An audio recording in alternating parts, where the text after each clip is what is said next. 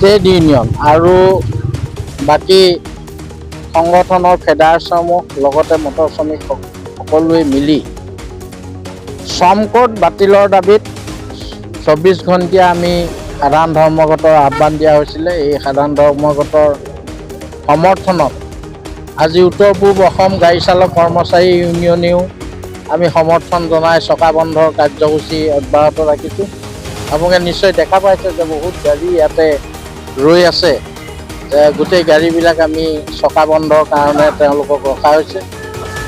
আমাৰ দাবী হৈছে ড্ৰাইভাৰৰ ওপৰত যি হিট এণ্ড ৰান 106 ধাৰা 2 লগাইছে, এইটো বাতিল কৰিব লাগে।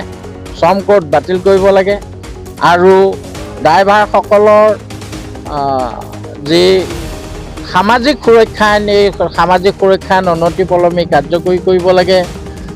মজুৰি 24,000 মাহে মজুৰি 24,000 টকালৈ বৃদ্ধি কৰিব লাগে আৰু যিকোনো মুহূৰ্ততে ড্ৰাইভাৰবিলাকক আগচি ধৰি কৰ কাটল লগোৱা এইবিলাক বন্ধ কৰিব লাগে। ফটো মাৰি তেওঁলোকৰ ওপৰত যি হাৰাশাস্তি কৰে, কৰ লগাই এইবিলাক বন্ধ কৰিব লাগে আৰু 60 বছৰ পূৰ হোৱাৰ পিছত সকলো ড্ৰাইভাৰকে পেঞ্চনৰ ব্যৱস্থা কৰিব লাগে ইত্যাদিয়ে দাবীৰ ভিত্তিত আমি মটৰ শ্ৰমিকসকলেও এই সাধাৰণ ধৰ্মঘটক সমৰ্থন জনাই আজি চকা বন্ধৰ কাৰ্যসূচী ঘোষণা কৰা হৈছে।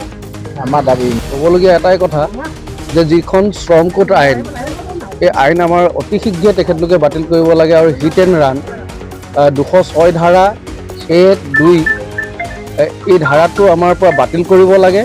তাৰপিছতে আমাৰ দ্বিতীয় কাৰ্যসূচীত যিটো আমাৰ য'তে ত'তে আমাৰ যি কৰ কাটল লৈছে আৰু এই টোল টেক্সসমূহ আমাৰ পৰা বন্ধ কৰিব লাগে। আমাৰ টোল টেক্সৰ জৰিয়তে আমাৰ ড্ৰাইভাৰবিলাকক যি হাৰাশাস্তি কৰিছে, য'তে ত'তে টোল টেক্সত যি দাদাগিৰি, এইবিলাকো আমাৰ পৰা বন্ধ কৰিব লাগে আৰু এই যি আমাৰ ড্ৰাইভাৰবিলাকৰ ওপৰত যি হাৰাশাস্তি অতি শীঘ্ৰে যাতে আমাৰ পৰা এই আইনসমূহ তেখেতলোকে উঠাই লয়, এয়াই আমাৰ বিনম্ৰতাৰে অনুৰোধ জনাই আমাৰ এই কাৰ্যসূচী অব্যাহত ৰাখিছোঁ। অন্যথা আমি বিগত দিনত ইয়াতকৈ জংগী আন্দোলন গঢ়ি তুলিবলৈ, সৰ্বাত্মক বন্ধ কৰিবলৈ আমি এই কাৰ্যসূচী ল'বৰ কাৰণে আমি বাধ্য হওঁ। ধন্যবাদ।